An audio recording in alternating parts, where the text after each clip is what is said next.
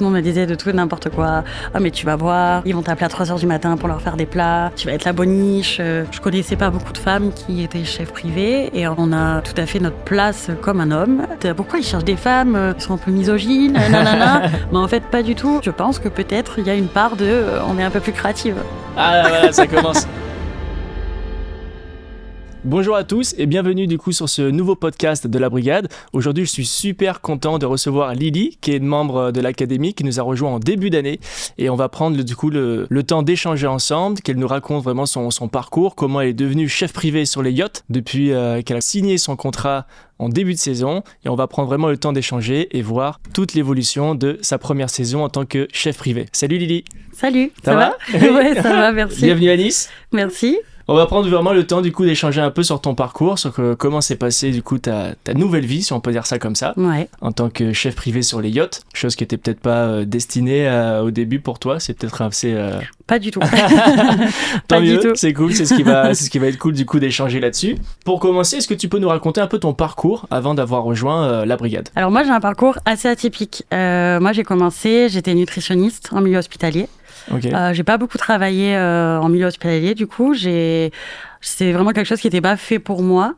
Et après, j'ai voulu faire de la cuisine parce que la cuisine a toujours fait partie de ma vie. Mais pareil, jamais de ma vie, je me suis dit, un jour, ce sera mon métier. Ok. Et en fait, j'ai fait mon premier service dans un restaurant sur Montpellier. Et ça a été une révélation. Ouais. Et depuis, ça fait 7 ans que je cuisine et j'ai jamais arrêté. Ah, trop bien. Donc vraiment, une passion. Donc, tu as fait nutritionniste avant d'être chef? Oui. Ok. C'est ça. Trop bien. Et après, j'ai fait plusieurs restaurants. J'ai fait de la brasserie, des restaurants plus bistrot. Okay. Où j'ai été chef aussi. J'ai vite évolué. Mon objectif quand j'ai commencé la cuisine, c'était d'être chef. Voilà. Okay, ouais. Je me suis jamais dit que je ferais juste partie d'une brigade, je voulais être chef. Et donc j'ai vite évolué. J'ai travaillé dans plusieurs restaurants différents. Je voulais vraiment tout voir. Okay. Et j'ai fait aussi du traiteur, de l'événementiel. Ouais. Et après, j'ai voulu avoir mon restaurant. Donc j'ai eu mon restaurant pendant 1 an et demi. Ok. Où ça? Style brunch vers Avignon. Ok. Style brunch, healthy, pour reprendre un petit peu les côtés de nutrition, tout ça. Et puis après, je l'ai vendu parce que ça me plaisait plus, en fait. J'avais plus envie d'avoir des salariés, de gérer pas mal de choses assez compliquées. Et du coup, je voulais de nouveau travailler seule. Ok. Voilà. Mais je savais pas comment faire. Ouais. Parce que y avait plein de choses qui me dérangeaient dans mon métier. Je suis passionnée, mais je gagnais pas assez d'argent. Ouais. Je travaillais beaucoup trop et ma vie personnelle, c'était assez compliqué aussi. Ouais. Donc, je pense comme beaucoup de cuisiniers, malheureusement, on a tous un peu passé par cette case où on est des passionnés de la cuisine, on adore ce qu'on fait, mais malheureusement, certaines fois, le métier nous donne pas un peu... alors si on peut dire ce qu'on mérite, je sais pas, mais... Ouais. Pour tous les sacrifices qu'on fait, exactement. On n'a pas les jours de l'an, on n'a pas les Noëls, on n'a pas les fêtes. L'été, c'est même pas la peine d'y penser. Et c'est vrai que derrière, pour avoir des salaires qu'on a pu connaître, c'est vrai que c'est pas encourageant pour la suite, quoi. Exactement. Bah, trop bien, du coup. C'est ce qui t'a fait donner un peu l'envie de réfléchir à un nouveau projet. C'est ça. Moi, je voulais même arrêter la cuisine à un moment. Ah ouais, t'en étais à ce point-là? Ouais. Je voulais arrêter, je voulais reprendre mes études. Parce que je me disais, en fait, il existe pas de solution. Ouais. Trouver un métier où tu as tes week-ends ou alors tu peux trouver une autre organisation, je veux dire. Okay. Gagner plus d'argent et travailler moins. Enfin, dans la restauration, c'est presque impossible finalement. Dit comme ça fait un peu... Voilà. Et donc après, je suis tombée sur des vidéos de la brigade et c'est là où je me suis dit, en fait, peut-être qu'il y a une solution à ce problème. Ouais. Et voilà. Ok, trop bien. Donc, qu'est-ce qui t'a donné envie vraiment, où tu t'es dit, il faut que je les contacte? Tu t'es dit peut-être que c'est un peu, entre guillemets, la solution de dernier recours, et tu t'es dit, ça peut être une solution. Oui. Si ça passe, tant mieux, et ça peut être une nouvelle voie pour toi. Et si vraiment, entre guillemets, tant pis, et tu retournes dans le circuit traditionnel et retourner du coup en nutritionniste et reprendre tes études ou... Oui, c'est ça. En fait, je me suis dit, je vais prendre l'appel avec Guillaume et Benoît, du coup, avec vous. Et je verrai où ça mène. Et déjà, dès le premier appel qu'on a eu, vous m'avez dit, en fait, ton profil, il est hyper intéressant. Ouais. Alors que moi, je pensais pas qu'il soit hyper intéressant. Ouais. Et du coup, après, je me suis dit, je vais tenter. Ouais. Et après, j'ai fait toutes les démarches, les formations, la formation, les formations aussi qu'il y a à passer derrière, CFBS, tout ça. Et je me suis inscrite dans les agences. Ok, voilà. Trop bien.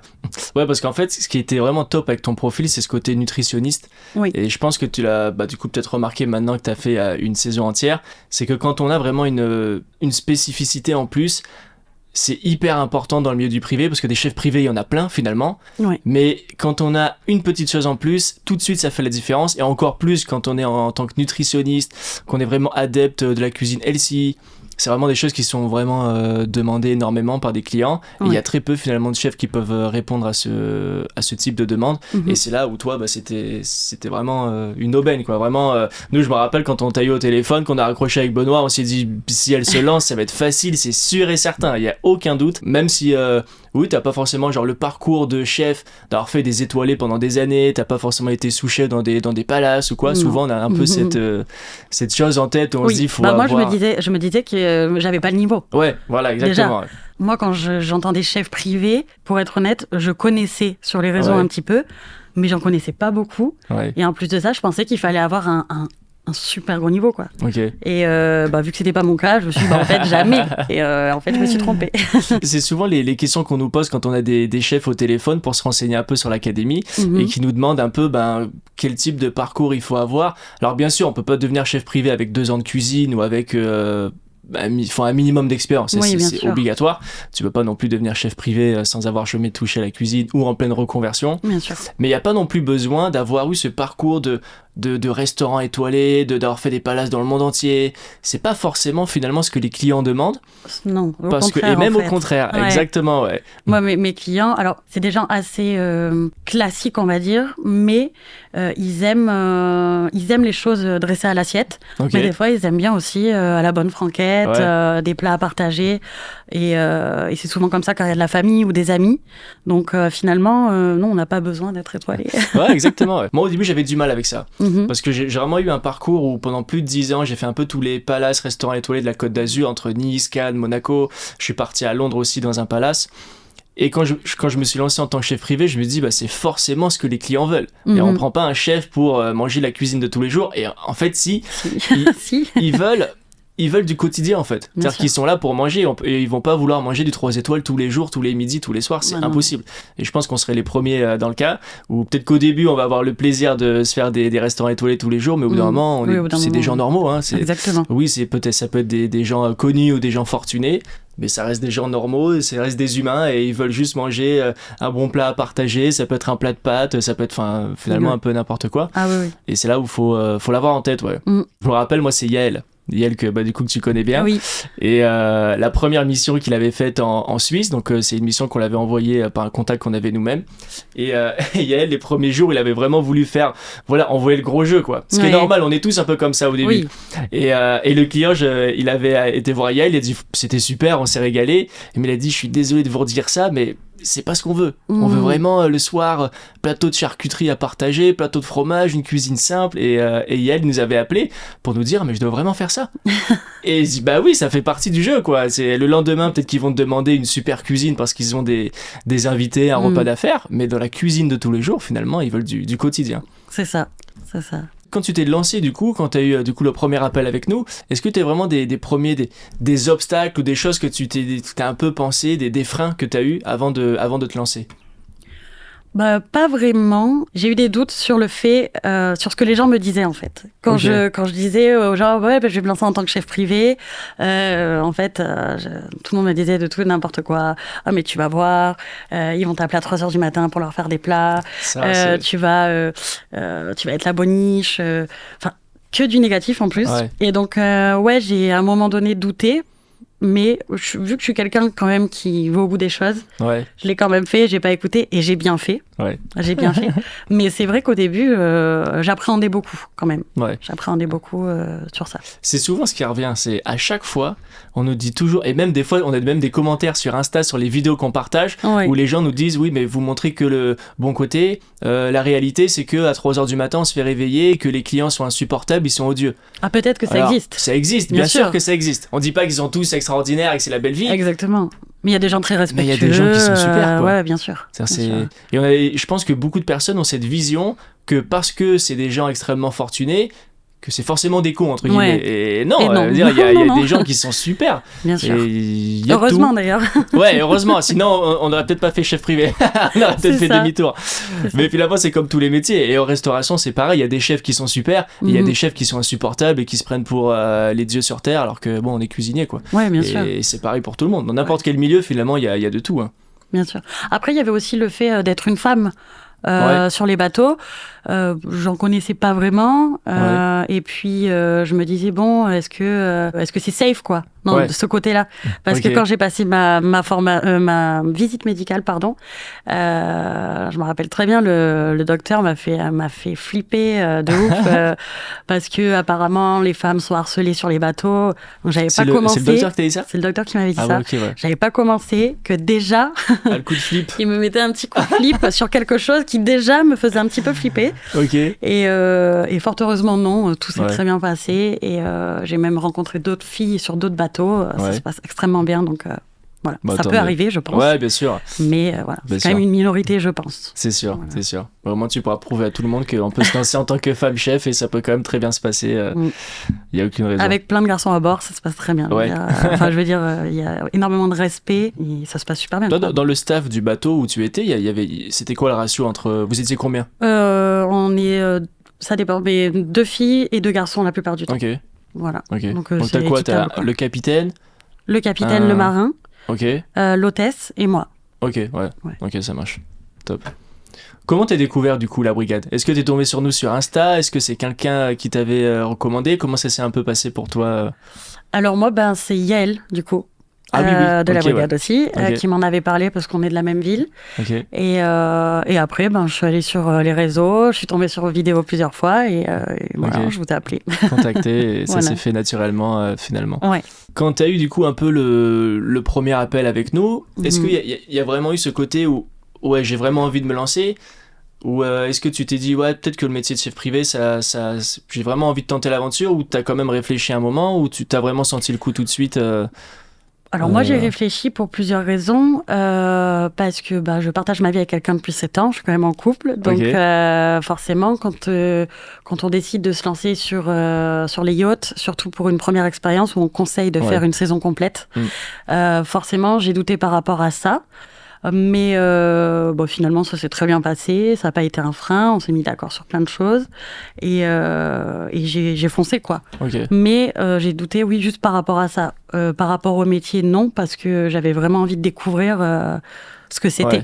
Donc t'avais l'idée en tête et tu t'es dit faut que j'aille au bout pour voir finalement à quoi ça ressemble. Moi j'étais partie pour le faire dans tous les cas. Trop bien. Comment ça s'est passé après pour toi une fois que tu as rejoint la formation? Comment ça s'est passé un peu tes premiers ressentis et les premiers contacts que tu as eu avec nous et avec Benoît qui t'a principalement accompagné? Du coup la formation elle a été elle était super hein, franchement elle était hyper claire. Moi j'ai surtout bossé la partie yachting parce que tout le reste moi j'avais déjà été chef à domicile, tout ce qui est gestion, facturation je savais déjà faire truc, donc voilà. Les premiers appels vous êtes vachement disponible, donc c'est ça qui était cool j'ai passé les formations et après j'ai eu un peu des soucis sur tout ce qui est papier. Je me rappelle. C'est pas mon fort. Je me rappelle que les papiers. Ouais, c'était pas mon fort. Donc heureusement, Benoît était assez disponible pour m'aider, mais sinon tout s'est absolument très bien passé. Voilà, non, je vais pas aller de... On a refait du coup, on est en train de refaire du coup la nouvelle version de l'académie justement avec les premiers retours qu'on a eu cet été. Pour peut-être, il y a aussi une part de CONU où il y a certaines choses qui étaient peut-être un peu mal expliquées. Et le truc c'est qu'il y a l'administration aussi qui change tout le temps. Oui. Et quand tu vas passer ton diplôme de marin, que ce soit par exemple à Marseille ou à Montpellier, c'est pas du tout le même process. Des fois, il faut les appeler, des fois, il faut envoyer un mail. Et du coup, nous, on avait expliqué la manière dont ça s'est fait pour nous à Nice. Oui. Et en fait, on s'est rendu compte qu'avec les membres qu'on a partout en France, c'est jamais le même déroulé. Et du coup, après, on comprenait pas à chaque fois, quoi. On disait, mais je comprends pas ce que tu me racontes. Et après, on s'est renseigné et on a dit, ok, on a compris. C'est pas pareil pour tout le monde. Ouais, non, donc là, on a tout repris. On a appelé tout le monde un par un pour se renseigner un peu partout. Et là, voilà, on va avoir le truc plus et tu l'as structuré. passé toi aussi. Ouais, moi je l'ai passé. Je l'ai passé en début d'année, cette année-là. Donc je l'ai passé 2 ans après je me suis lancé en tant que chef privé. Je l'ai passé parce que quand je me suis lancé en tant que chef privé, déjà je savais pas qu'il fallait des diplômes pour travailler sur les yachts. Donc quand j'ai rencontré Benoît, donc c'était 1 an et demi après que je me sois lancé, je lui montre ma carte de visite et sur ma carte de visite c'est marqué chef privé, villa et yacht. Et Benoît il me dit attends trop bien, tu fais des yachts et tout, t'as passé où ton diplôme? Et je dis bah quel diplôme? Et il me dit, en fait, tu travaillais sans la formation. Bah ouais, mais non, mais j'avais jamais travaillé sur les yachts encore. Moi, je l'avais marqué au cas où, parce que moi, j'étais vraiment dans l'optique de faire principalement de la villa. Oui. C'était vraiment dans mon optique depuis le début, mais je me suis dit, bon, bah, s'il y a une opportunité sur un yacht, je suis pas fermé. Mais du coup, je l'avais marqué sur ma carte de visite. Et c'est Benoît qui me dit, mais t'as pas passé de diplôme pour les yachts et tout? Je dis, bah non, bah après, s'il faut faire du yacht, moi, je suis pas fermé. Ouais. Il me dit, ouais, mais faut que tu passes des diplômes pour travailler sur les yachts.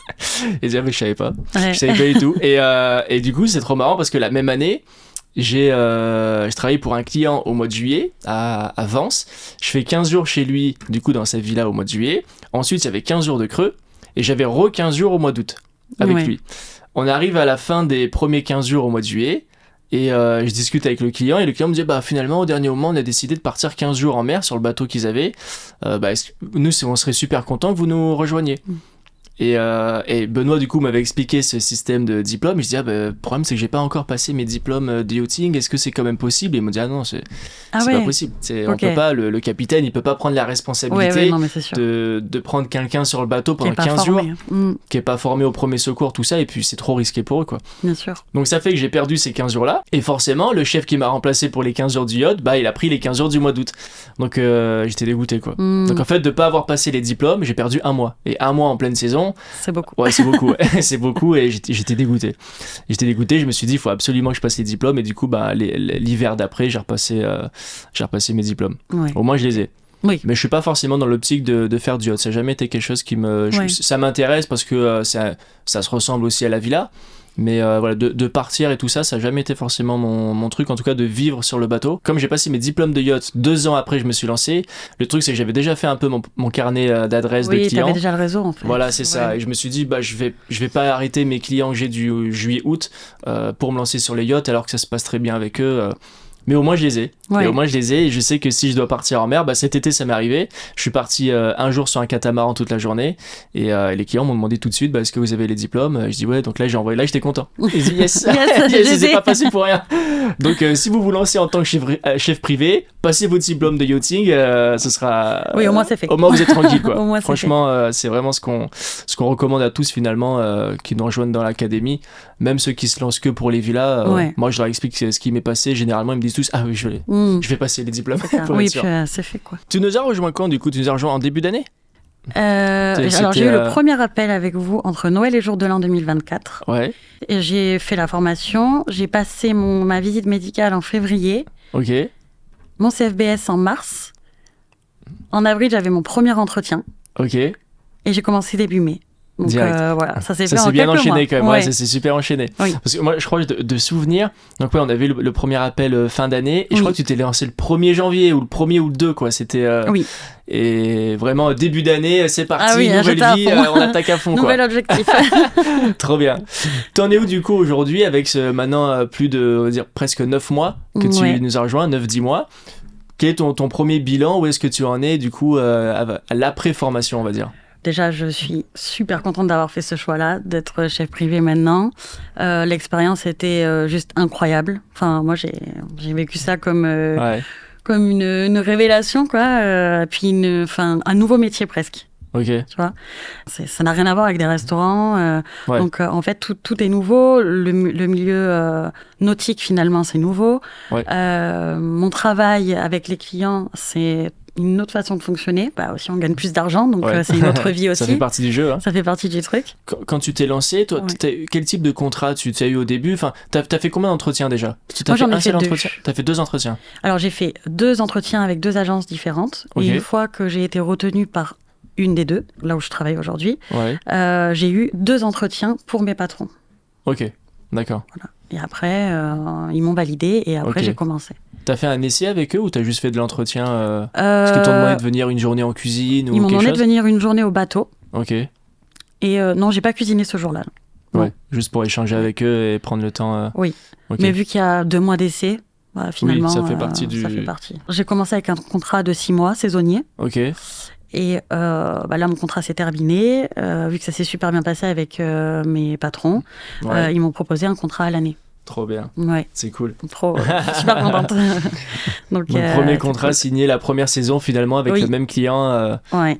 Ton poste à l'année. Oui. Putain, c'est trop bien. Ouais, c'est trop bien. Bravo. Je suis trop contente. Bravo à toi, on est trop content aussi. Ça fait plaisir à voir. Ouais. C'est quoi, ça ressemble à quoi une journée type pour toi? Une journée type sur ton bateau, c'est quoi la différence si on devait prendre la différence entre une journée type en restauration et une journée type en tant que chef sur un yacht? Je vais faire mes courses déjà très souvent, parce qu'on achète des produits extra frais, donc enfin en tout cas pour mes patrons c'est comme ça. Je me lève avant 7h, à 7h je pars, je vais faire le marché, les courses, ensuite je reviens vers 8h30, 9h et je commence à faire mes prépas pour midi. Voilà. Après, on passe au service. Entre-temps, normalement, on est parti en mer. Donc, il y a tout cet aspect préparation pour le bateau, tout ça. Parce qu'on participe quand même à la vie du bateau. Hein, et c'est ça qui m'a plu aussi. On participe. Ça peut être quoi, par exemple, comme tâche que tu peux faire sur le bateau, à part la cuisine? Par exemple, on va, je sais pas, dans un port, on va à Saint-Tropez, par exemple. On arrive dans un port, bon, faut qu'il y ait une personne au bout du bateau pour la manœuvre ou quoi? Pour la manœuvre, etc. On déplace les fenders, donc les bouées, pour éviter de toucher les bateaux de chaque côté. On lance les amarres. On peut faire plein de choses. Des trucs que tu n'avais jamais fait avant? Jamais. Absolument jamais. Donc après tu apprends tout un vocabulaire aussi et c'était quelque chose qui m'attirait aussi. Je connaissais pas mais j'avais envie de découvrir ça. Donc après tu reviens en cuisine, je fais mes petites préparations et puis après service. Donc ça dure à peu près 1 heure, après ça dépend des gens mais là, quand ils sont que tous les deux, ça dure à peu près 1 heure. Ensuite, débarrassage. Donc, je suis toujours aidée de l'hôtesse, qui fait aussi du service. Après, on nettoie la cuisine. Et puis, je commence à préparer. Bon, je prends une petite pause et puis après, je commence à préparer pour le soir. Toi, sur le bateau, tu n'avais que les propriétaires. Tu n'étais pas en location, le bateau. Tu avais toujours les mêmes personnes qui étaient sur le bateau. Oui, c'est du privé. 100% privé. Par contre, j'avais souvent des invités ou de la famille. Voilà. Donc, Bon, après, ils tiennent au courant de s'ils sont 2 ou 8 ou... Oui. Par contre, même s'ils sont 6, tu sais qu'ils vont être 6, il faut prévoir pour 10. Oui, ça c'est la règle. Ça c'est la base. C'est un truc qui a été un peu pas compliqué, mais de toujours prévoir plus que ce qu'ils sont si jamais ils invitent quelqu'un dernier moment, qu'on ait assez sur le bateau, quoi. Ah, carrément, parce que ça peut aller très vite. C'est pas comme au restaurant, on va dire, t'as une table de 10 réservée. Au pire des cas, ils sont 11 ou 12 au dernier moment. Mais là, nous, en privé, ils peuvent être 2 prévus, puis finalement, ils arrivent à 10, quoi. Exactement. C'est largement possible. Toujours prévoir, bien prévoir. Prévoir du stock. Ça a été la phrase de mon capitaine. Prévois bien, prévois bien. Oui, t'inquiète pas. C'était quoi un peu les relations que t'as eues avec l'équipage ? Tu t'es bien entendu avec eux tout de suite? Comment ils t'ont accueilli? Parce qu'eux, ils étaient déjà sur le bateau avant que tu arrives. Oui, eux, ils sont à l'année depuis quelques années déjà, en contrat CDI depuis quelques années. Ça s'est super bien passé. Mon capitaine, il est très sympa. Après, sur le bateau, ce qui est sympa, je trouve, c'est qu'il y a tous les âges. Mon capitaine a à peu près 60 ans, le marin a 35 ans, moi j'ai 29 et la stew elle est plus jeune, elle a 22 je crois. Donc c'est riche quoi, je veux dire il y a de tout, on a tous nos vies qui sont très différentes mais il y a du partage et c'est très cool. En plus ce qui est marrant c'est que du coup tu t'es retrouvé avec Romain sur le bateau, qui est du coup un pote à moi.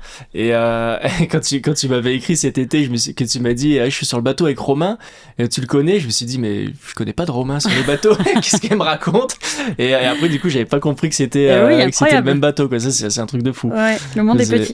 On finit tous par se retrouver sur les mêmes bateaux ou sur les mêmes villas, quoi. Nous, en privé, c'est pareil, faut dire, les chefs en villa, quand on dit qu'on travaille dans telle ou telle villa, en fait, il y a toujours un pote à toi, chef, qui dit « Ah oui, moi je l'ai fait l'année dernière, ou j'ai fait ce client-là à tel endroit. » Et en fait, on se retrouve tous un peu finalement aux mêmes endroits. Comment tu te sens aujourd'hui par rapport à avant? Genre, comment tu te sens personnellement et même professionnellement par rapport du coup à l'avant où t'étais un peu en mode j'ai plus envie d'arrêter que de continuer la cuisine?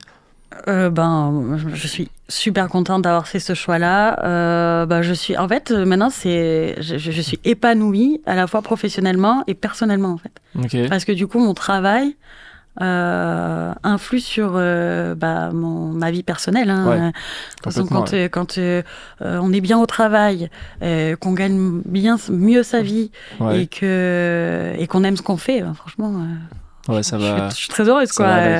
Je me dis, mais j'ai tellement bien fait. Et j'ai tellement bien fait de pas écouter les autres aussi. Ouais. Ça, c'est un truc, c'est... Alors, écouter les autres, bien sûr, qu'on peut prendre des avis des autres, mais il faut jamais se faire influencer par ce qu'on peut nous dire. Il faut se dire que la plupart des gens qui nous donnent des conseils ou qui nous disent ne fais pas ça, c'est des gens qui l'ont jamais fait, en Exactement. plus. Ça, c'est vraiment, ça, c'est la règle de base. Tous ceux qui disent non, fais pas ça, sur les yachts, on te réveille à 3h du mat pour que tu te retrouves à leur faire des sandwichs par qu'ils rentrent bourrés. Moi, j'ai entendu des trucs de fous qu'on m'a dit. Et finalement, tous ceux que je connais, alors ça arrivait à certains, mais dans 99% des cas, c'est jamais arrivé. Non. Et quand tu échanges avec les chefs du coup qui sont dans le milieu, bah, t'en as aucun qui reviendra en arrière. Bien sûr. Et c'est marrant, mais voilà, vois, c'est ça. C'est que donc c'est super, je suis super contente.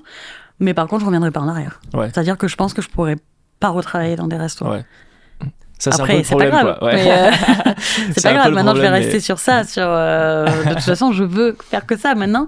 Ouais. Mais oui, c'est sûr que je reviendrai pas dans un resto ou pour aider des potes. Ça, oui, avec grand plaisir. Mais reprendre un contrat dans un restaurant. Compliqué, non, compliqué. Je vois, moi, je crois que c'est l'un des trucs qui me rendrait le plus triste, je crois que c'est de retourner en arrière.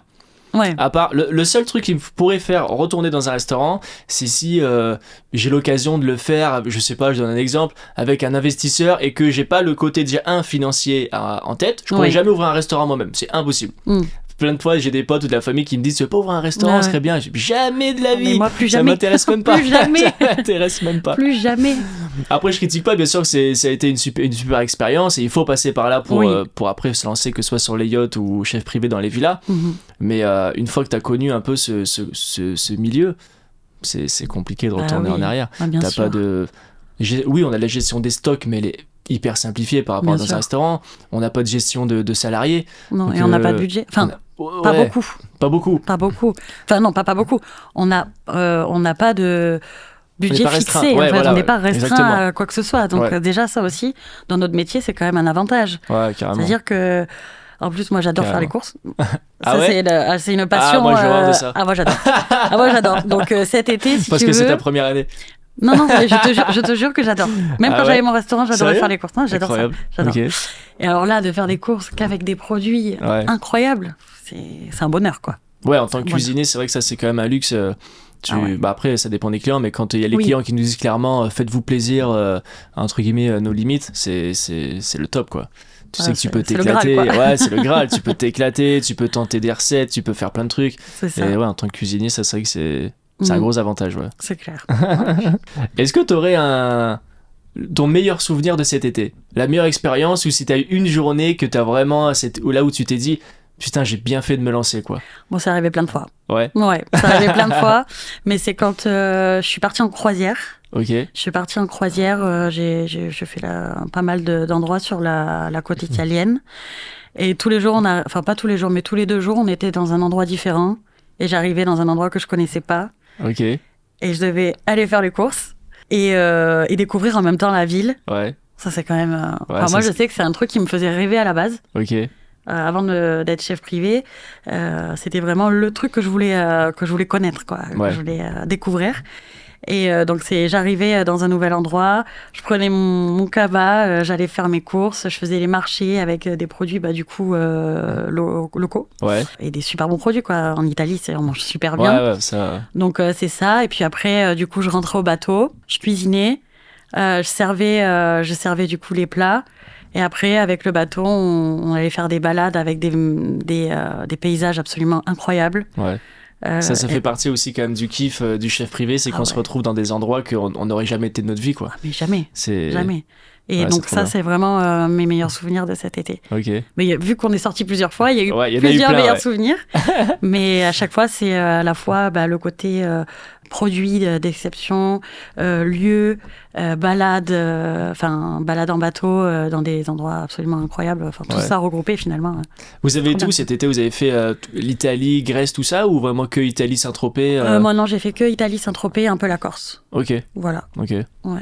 T'as croisé un peu quand t'es arrivé par exemple sur le port de Saint-Tropez ou en Italie ou peu importe, t'as pu échanger un peu avec les autres chefs autour sur les autres bateaux ou pas trop? T'as pu un peu discuter avec... Les chefs non, après aussi quelques personnes, mais non, pas énormément. Ouais, pas tant que ça. Les chefs, on les voit pas trop.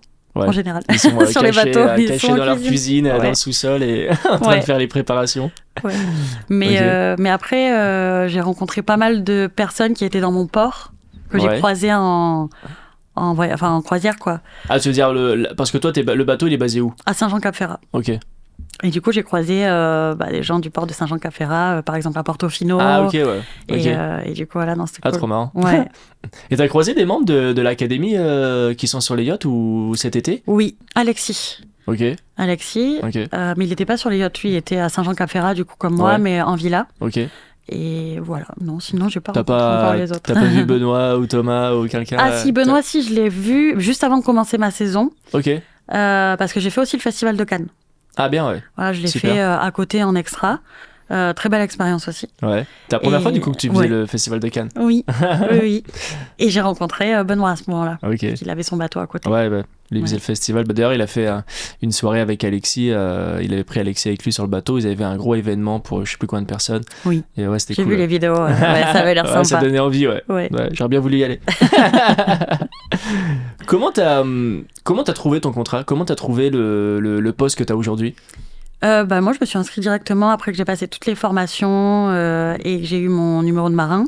J'ai postulé dans des agences, donc plusieurs agences. Ok. Je crois que j'en ai fait 6 à peu près. C'est des agences que nous, on avait listées dans l'académie ou c'est des agences de l'extérieur? Ok. Oui, c'est des agences que vous avez listées. Et puis, moi, j'ai trouvé de suite mes clients, en fait. Donc, ça s'est fait très rapidement. Et naturellement. Oui, parce que l'annonce, c'était qu'ils recherchaient une personne qui maîtrise le sans gluten, le sans lactose. Ok. Donc, je me suis dit, mais c'est pour moi. C'était marqué recherche Lily. Exactement. Et du coup, voilà, c'est pour ça que j'ai trouvé assez rapidement, quoi. Ah, trop bien, ouais, parce que du coup, nous, dans l'académie, le but, c'est vous faire bénéficier les contacts qu'on a. Donc, des fois, comme c'était le cas pour Thomas, le bateau qu'il a signé cet été, ça a été par le biais d'un capitaine que Benoît connaît. Oui. Donc là, c'est vrai que c'est encore plus simple parce que quand c'est un capitaine que Benoît connaît, du fait que Benoît est au milieu, ça facilite énormément l'entrée. Mm-hmm. Donc, c'est comme ça que Thomas, on a pu le placer cet été. Et après, quand on connaît des agences, nous on est passé aussi par avant et même par lesquelles des fois on travaille encore aujourd'hui. Donc nous, vous avez listé des agences pour que vous puissiez aussi trouver du travail de votre côté. Oui. Comme ça, vous pouvez commencer vos premières recherches et nous après, si on a quelque chose à côté, on vous en fait bénéficier. Mais si vous trouvez par le biais de ces agences-là, tant mieux. Le but c'est de bosser. Donc oui, heureusement d'ailleurs qu'il y avait ces listes parce que quand tu fais pas partie de ce milieu-là, tu connais pas. J'aurais trouvé peut-être quelques agences, mais c'est vrai que ça m'a bien servi. Ouais. Ok, ouais. Bon, tant mieux. Là, aujourd'hui, tu as signé un CDI, du coup? Oui. Tu es en CDI à l'année avec eux? Oui. Comme le bateau, il est basé à Saint-Jean-Cap-Ferrat, comment ça marche? Parce que toi, tu n'habites pas ici?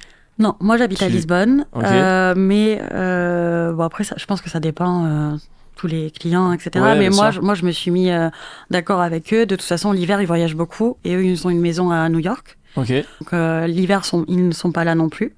Ok. Donc, l'hiver, je suis plus ou moins off. Mais je vais les rejoindre à New York pendant un mois. Ok, quand ça? Fin janvier, du 20 janvier au 20 février. Donc là, tu pars un mois avec eux à New York? Ouais, je pars un mois avec eux à New York. Donc ça aussi, c'est une expérience incroyable. J'ai trop hâte. Pile poil un an après que tu t'es lancé finalement, si tu regardes bien. Un an après, départ à New York avec tes clients. Départ à New York pendant un mois avec mes patrons. Ok. Et après, du coup, je pense que je vais faire quelques allers-retours. Je vais préparer aussi la saison. Ouais. Et après, finalement, ça va vite. Hein. Ouais. Mais ça va vite. Avril-mai, ça arrive vite finalement. Ça arrive très vite. Et puis, il y a aussi, moi, je travaille aussi dans leur villa. Donc, c'est-à-dire qu'ils ont leur bateau à Saint-Jean-Cap-Ferrat, mais ils ont aussi leur villa. Ok. Donc, je fais un peu les deux. Tu peux les suivre, quoi. Oui, maintenant, je fais un petit peu les deux. Ok. Ah, c'est trop bien. T'as l'expérience à New York. Je me suis imposée. Ouais, bah, t'as raison, faut en profiter. Si t'as l'occasion, quand on a des bonnes personnes comme ça, faut clairement en profiter. Si t'as l'occasion, là, tu vas partir à New York, c'est incroyable, quoi. Ouais. Putain. Ouais, t'as pas une petite place en plus? Moi, je fais rien en janvier. Si jamais je t'appelle. Ah ouais, je suis libre. Même pour faire autre chose, je fais pas de la cuisine. Juste pour si jamais je t'appelle, je pense à toi, promis. En termes de salaire, en tant que chef sur les yachts, ça représente quoi pour toi sur ta première année? Bah alors par exemple, avant quand je travaillais dans un restaurant normal, on va dire, j'ai gagné entre 2000 et 2005. Ok. Aujourd'hui, je gagne le double. Ok. À peu près, on va dire. Ok, top. Donc c'est quand même, ça reste quand même multiplié par 2. C'est quand même toujours intéressant. Oui, c'est très intéressant. Okay. Ouais. Avec ce système du coup que finalement en hiver t'es quand même un peu off quand même. Oui. T'es pas forcément avec eux pendant 12 mois de l'année. Non, okay. Voilà. C'était le deal aussi pour que moi je puisse retourner chez moi. Ouais, forcément, ouais. Et eux, ça leur va très bien aussi, donc c'est parfait. Tout le monde est content. Exactement. Comme ça, tu peux rentrer chez toi à Lisbonne, profiter un peu, et après tu reviens, départ New York. C'est ça. Et après on verra. Et après, on verra la suite. Ça représente quoi du coup pas une journée type que tu nous as déjà un peu répondu, mais c'est quoi la vie sur un yacht finalement? Parce que t'es pas que chef, parce que tu vis avec le staff, donc tu vis sur le bateau. Comment ça marche? Comment c'est? C'est vrai que quand même, vivre sur un bateau, il faut avoir le tempérament pour. On vit quand même H24, sauf quand on dort, mais avec un équipage. Des fois, il y a des moments un peu plus tendus, que ce soit par rapport aux clients ou aux demandes. En fait, quand on vit en communauté comme ça, dans un petit espace, il faut être assez zen, essayer de prendre les choses tranquilles. Parce que tu vis en groupe, quoi. T'es pas seul chez toi. Ou exactement. Une fois que t'as fait ta journée de boulot, c'est pas tu rentres chez toi, terminé, quoi. Là, t'es un peu finalement. Des fois, quand il y a des petites tensions, tout ça, il faut arriver à apaiser tout ça. Il faut arriver à prendre sur soi, quand même. On partage nos chambres, quand même. En tout cas, vous étiez à combien dans une chambre? Sur mon bateau, dans ma chambre. Donc, il y a les filles et les garçons. Moi, dans ma chambre, je partage ma chambre, du coup, avec l'hôtesse. On dort sur un lit, une place, normalement. Si t'as pas une suite, tu dors sur un lit, une place, superposé. Donc voilà, le confort, il est quand même, ça va. Mais c'est pas comme à la maison où t'as un lit de king size. C'est sûr. Voilà, donc faut quand même être un peu lucide sur ça. C'était quoi, toi, comme taille de bateau, pour avoir une idée de... 30 mètres. 30 mètres. Bon, ça reste un petit yacht. Ça reste un petit yacht, C'est un des plus petits, d'ailleurs. Généralement, c'est un peu le parcours. Quand on se lance, généralement, on est sur entre 28 et 34 mètres. Et après, on passe au-dessus, 40, 45, 50. Mais il me semble que même sur les gros bateaux, on partage les chambres, les cabines. Pareil, c'est toujours un peu le même système, Donc c'est ça aussi, il faut s'adapter. Voilà, faut s'adapter quand même à cette vie sur un petit endroit avec des gens. Mais voilà. Il faut avoir le tempérament pour. Je pense que c'est quand même pas fait pour tout le monde. C'est pas fait pour tout le monde. Si t'aimes vraiment absolument ton confort de rester chez toi, d'avoir ce moment calme où tout s'arrête. Oui, puis il faut aussi avoir une cohésion de groupe, parce qu'on est une équipe, et c'est vrai que des fois c'est dur quand on part 3 semaines. Moi, je suis partie 3 semaines, presque un mois avec mon équipe. Il y a des moments où t'as pas envie de voir les gens. Mais t'es obligé. Donc voilà, faut faire en sorte de faire des activités, partager des choses en commun. Ça soude en fait. Ouais, complètement. T'es vraiment une équipe pendant 6 mois de l'année, presque non-stop, un peu sur le bateau ou dans la villa. Donc il y a plutôt intérêt que ça se passe bien. Ouais, voilà. Faut être cool, quoi. Faut pas être le chef relou, fermé d'esprit, qui tape sur la tête à tout le monde. Sinon, ça va mal se passer. Je pense généralement ils font pas souvent l'affaire d'ailleurs. Ces chefs-là, ça marche pas. Quand tu partais en mer, tu partais combien de temps? Ça pouvait durer juste un week-end, ça pouvait durer une semaine, ça pouvait durer 15 jours? Moi, j'ai fait un peu de tout. J'ai fait des sorties à la journée. Donc, on part le matin, on rentre fin d'après-midi, le soir. J'ai fait des week-ends. Donc, on part le vendredi et on revient le dimanche. Et pendant le week-end, suivant l'endroit où on est allé, on est sorti à la journée aussi. Et sinon, je suis partie 3 semaines et demie, pratiquement un mois, où on est parti, on a fait 6 jours de navigation. Donc ça aussi, c'est une expérience. Ça doit faire bizarre aussi les premières fois où tu cuisines dans un bateau, ça bouge, tu l'as ressenti toi, non? Je pense que t'es pas... Moi j'ai eu le mal de mer, alors moi de base je n'ai pas le mal de mer. Je suis pas malade, mais il y a des moments où le bateau, ça bouge tellement, parce que c'est un petit yacht, 30 mètres, ça reste petit, donc on ressent bien les secousses. Même si tu n'as pas le mal de mer, tu as le mal de mer quand même. T'es pas malade, mais tu seras quand même malade au début. Ah, exactement. Enfin, moi, à l'aller, on a eu une mer assez agitée, donc j'étais dans le mal. Mais j'ai pas été malade, mais j'étais pas bien. Et au retour, pareil, mer agitée, on a des vagues de 2 mètres, donc ça se ressent. Hein. Et là, tu peux pas cuisiner par contre. Ouais, là, tu t'arrêtes complètement. Ouais, tu peux pas. Trop risqué, tu peux te couper direct. Tu peux te brûler, te couper, donc voilà. Moi, tu vas rigoler.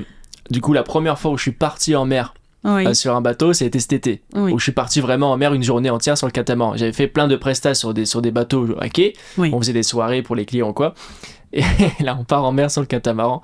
Le bateau il démarre, moi j'étais dans la cuisine avec mon couteau en train de couper je sais plus quoi, le bateau il démarre, du coup ça me donne un coup, je me suis coupé direct. Au bout de 10 secondes de cuisine, je m'étais coupé. Je me suis bien coupé. Hein. Ah ouais. Et je me suis dit, oh putain, merde, je m'y attendais pas du tout. Quoi. Ça aussi, il faut gérer. Travailler quand ça bouge, c'est pas évident. C'est pas évident, mais bon, après, tu t'adaptes. Mais... Après, on s'adapte. Tu t'habitues. Après, avant de couper, je me posais bien et je me suis dit, bon, je vais pas me faire avoir une deuxième fois parce que alors là, si je me recoupe. Bah oui. Au bout de 10 minutes, il s'est coupé 2 fois, le mec, ça va pas faire le truc. Ça va faire. Et j'ai commencé à dire la saison fin mai, début Grand Prix. Donc j'ai fait le Grand Prix et après ça s'est tout de suite enchaîné. J'ai fait 15 jours, les 15 premiers jours du mois de juin, je les ai fait pour une famille italienne qui habite au Canada, à Saint-Jean-Cap-Ferrat. D'ailleurs, c'est une villa où je retourne le dimanche, là, dans une semaine. Je retourne la même villa, mais pour d'autres clients, pour des Américains. Donc, j'ai fait eux pendant 15 jours. La deuxième quinzaine de juin, je l'ai fait dans une villa à Mougins, que pareil, je fais tous les ans. Mais c'est jamais les mêmes clients parce que c'est en location tout le temps. Mais toujours, à cette période-là, je fais toujours 15 jours avec eux. En tout cas, dans cette villa. Donc, ça, c'était à Mougins, de mi-juin à début juillet. Et ensuite, début juillet, je suis parti à Saint-Tropez pendant 2 mois. Et là, j'ai fait mes clients que je fais tous les ans, du coup, à Saint-Tropez pendant 2 mois, juillet, août entier. Et d'ailleurs, je vais chez eux à Dubaï en novembre. Tu pars à Dubaï, c'est je pars ça, à Dubaï, Trop bien. Donc là, je pars à Dubaï chez eux avec ma copine. Donc, ils ont invité aussi ma copine avec. Trop cool. Ouais, trop bien. Franchement, c'est des clients... ils sont incroyables. Franchement, quand on travaille pour des gens comme ça, c'est vraiment un bonheur. C'est un bonheur. Ah ouais, non.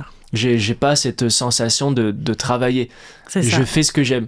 Non, mais c'est ça, pleinement, en fait. Ah ouais, complètement. Je suis en cuisine et je cuisine pour des gens qui sont agréables, qui sont polis, qui sont gentils, qui te posent des questions même sur ta vie de tous les jours, qui se renseignent sur toi, quoi. Et non, franchement, après, moi, tu vois, j'ai pas famille. Ça. T'as pas ce contact-là non plus. Non, ils sont géniaux. Hein. Ouais. Ils sont géniaux, mais par contre, c'est très professionnel. C'est-à-dire, je suis pas assez proche. Ouais. Après, c'est le premier été aussi. Bon, ils sont un peu plus âgés aussi. Ouais, ils sont plus âgés aussi. Je pense l'âge. Toi, ils ont quel âge, les clients ? À peu près 80. Ouais, donc c'est pas du tout. Ouais, moi, ils ont 40 ans. Ouais. Et oui. Je pense qu'il y a ça aussi. Il y a les générations. La génération qui est pas du tout la même.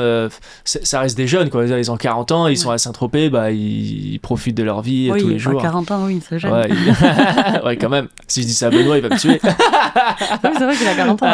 Faut pas le dire. Ah, okay. Benoît, tu vas pas nous en vouloir. Non, mais c'est vrai qu'après, suivant les profils, c'est des expériences totalement différentes. Ouais, je pense. Ouais. Moi, c'est des gens qui sont très à l'ancienne, même le service, tout ça. Chez eux, ils ont des majordomes. Tu vois, c'est pas le même. C'est à l'ancienne. Mais c'est une bonne école, je pense. C'est français de nationalité ? Non, pas français, libanais. Ok. Ouais, je pense qu'il y a aussi ce côté de nationalité qui est encore différent. Bon, déjà, tu as le côté génération, ça c'est une certitude. Oui. Mais pour avoir fait des familles un peu de tout le monde entier, j'ai pu travailler pour des familles arabes, j'ai fait des Suédois, des Belges, des Américains, des Indiens. Enfin, j'ai fait plusieurs familles et c'est vrai qu'à chaque fois, c'est toujours une manière différente de travailler. Ouais. Et je pense que ça y joue beaucoup. Après, c'est ça qui est cool aussi. C'est que quand ça se passe bien en tout cas, c'est intéressant pour nous en cuisine parce que on s'adapte à une cuisine qui est complètement différente, parce qu'ils n'ont pas du tout les mêmes envies et les mêmes attentes, et ça je trouve que personnellement c'est kiffant parce que c'est toujours un challenge quoi. Enfin moi en tout cas j'aime bien c'est ça qui est cool. En fait finalement je me suis rendu compte que mon métier je l'aime mais que quand il y a du challenge. Ouais. Parce qu'après, et c'est pour ça en fait que je me suis rendu compte aussi quand je travaillais dans les restaurants et que je faisais, je faisais une ouverture ou quelque chose comme ça, je kiffais pendant 3 mois parce que il y a des trucs à faire et tout, challenge. Ouais. Et puis une fois que tout est en place et que c'est lancé, Ouais. C'est ennuyant. Je suis quelqu'un qui m'ennuie très vite. Donc, en fait, finalement, ce métier-là, tu t'ennuies jamais parce que c'est jamais pareil. C'est jamais pareil. C'est incroyable. Ouais, surtout que là, une fois, t'es sur le bateau, une fois, t'es dans la villa à Saint-Jean. Là, tu vas partir à New York, ça va être encore autre chose parce que tu connais pas la ville, il faut trouver les fournisseurs. Enfin, c'est vrai que trop bien. Et même à la villa, c'est totalement différent que sur le bateau, par exemple. À la villa, en fait, à la villa, il y a toutes les réceptions. Ouais. Des réceptions à 80 personnes où c'est des grands buffets où ça doit être spectaculaire et rien que ça c'est génial quoi. C'est top. Avec des homards comme ça, homards entiers et tout. Ouais, des homards entiers. On a fait même une statue de homard.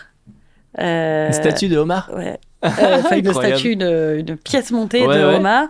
Donc on les avait vidés, tout ça. Après, on les avait fixés sur un cône comme ça.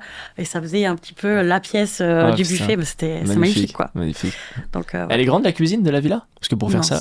Ouais. Immense. C'est un bonheur. C'est un bonheur. Par contre, sur le bateau, c'est un peu plus petit, forcément.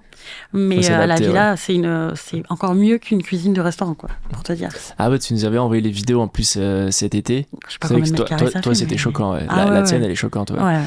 Déjà, il y avait William que quand il a commencé sa villa début juillet, fin juin, il nous avait envoyé la vidéo. Je lui ai dit, non, mais toi, c'est sûr, tu auras la meilleure cuisine de l'été. Il y a aucun doute que tu es la meilleure cuisine. Ah ouais.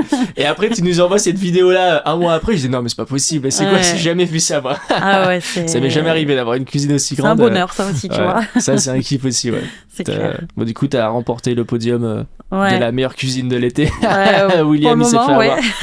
On verra le prochain. Qu'est-ce que tu aimerais dire si une femme chef nous regarde actuellement et se pose des questions et en plein doute aussi, en train de se dire, est-ce que je me lancerai pas en tant que chef privé, mais j'ai quand même ce frein de me dire en tant que femme, est-ce que c'est un milieu qui est fermé? Est-ce que c'est accessible aussi? Est-ce que c'est un milieu particulier? Voilà. Est-ce que toi, ton ressenti par rapport à ça, tu pourrais un peu les éclairer? Oui, bien sûr. Même moi, j'ai eu des doutes au début quand je me suis lancée parce que je connaissais pas beaucoup de femmes qui étaient chefs privés et en fait, il manque beaucoup de femmes d'ailleurs, chefs privés, je trouve. Enfin, il y en a beaucoup moins que les hommes et que on a tout à fait notre place comme un homme, il y a pas de frein à ça, que ça se passe très bien. Enfin, à part je pense que tomber sur un bateau où il y a une mauvaise ambiance, où c'est pas safe, ça peut arriver.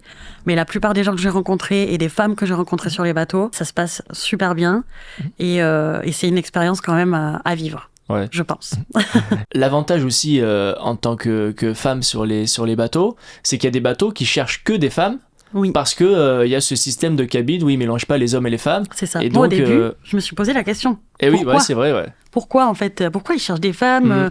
Ils sont un peu misogynes, nanana. Mais en fait, pas du tout. La plupart du temps, c'est par rapport aux cabines, parce qu'on mélange pas les garçons et les filles, tout simplement. Et puis aussi, je pense que peut-être il y a une part de, on est un peu plus créative. Ah voilà, ça commence. Non, je rigole, mais en vrai, je pense qu'on est un petit peu plus sensible sur certaines choses. Non, et il y a des gens, je pense, qui préfèrent avoir des femmes pour ce côté-là. Ouais. Non, c'est sûr. Il y a des clients qui vont chercher des femmes chefs que pour une raison de cabine. Ça, c'est une certitude.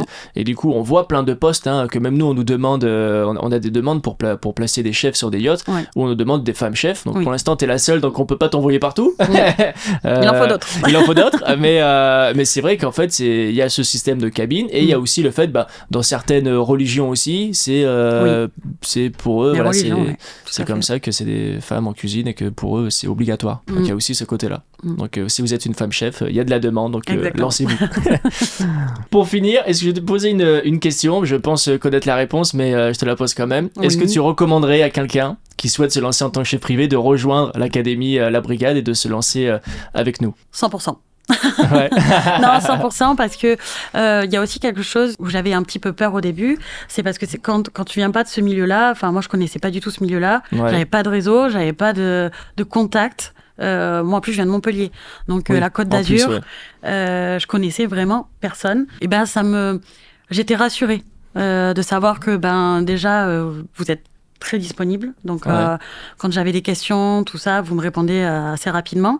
Et en plus de ça, vous connaissez plein de gens ici. Donc, je me suis dit, si je trouve pas de travail, ils vont m'aider à trouver du travail, et puis par rapport à votre réseau aussi.